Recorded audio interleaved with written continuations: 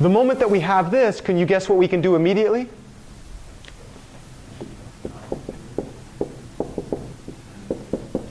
Let's do the 2 by 2 case. And then it doesn't really matter which one you choose, right? If you say that this is 1C01, anybody see what that's going to be immediately? 1. And then it really doesn't matter which one you choose. You could choose 1 or 2. Anybody see what that's going to be immediately? C.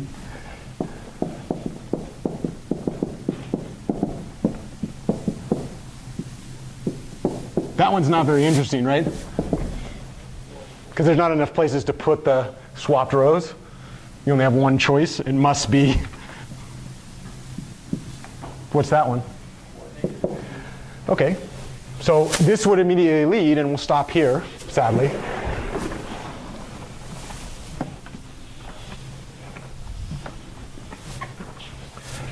So let's make a conjecture. Could you guess what you would want the determinant of any SICK times any matrix to be? What's the cost if this is a huge generalization, right? I'm like blasting through this material. This is a whole, we could do a 5-hour lecture on this and not even scratch the surface. But what's the cost, what's the perceived cost of a shear? Just +1. So if I multiplied any matrix by a shear matrix, could you guess what the relationship between the original determinant and the new determinant should be? Just whatever the last one, multiply it by 1. Say it again.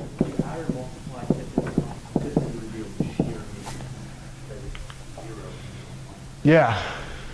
If you add, you're able to turn singular matrices into non-singular matrices and vice versa through this operation. But what you've noticed is the elementary matrices are constructed in such a way that if you start with a non-singular matrix, you'll always end with a non-singular matrix. And if you start with a singular matrix, you'll always end with a singular matrix. So these things preserve singularity. In other words, they're bijections in the space of vectors. Yeah. OK, could you guess what that cost would be? C times A. Could you guess what the cost of a single transposition would be? I'm sorry. What's the cost of a flip? Yeah, negative determinant of A. So what we're doing is we're actually starting with the first principles, the whole idea of a determinant. What's the entire idea of a determinant? The whole idea of a determinant is I start with a matrix A, which has a bunch of elements, right? N squared elements. And the idea is I want to evaluate that matrix, add a function, and produce a scalar. That scalar should tell me what? Singular or non-singular. If it's singular, we say that the scalar is going to be 0. If it's non-singular, we say the scalar is going to be non-zero, right? We made this claim that in order to study this function, we're going to study the behavior of the determinant under the appropriate transformations. Which were the transformations we focused on? Elementary matrices, because the idea is every non-singular matrix is actually some manipulation of the identity matrix, right?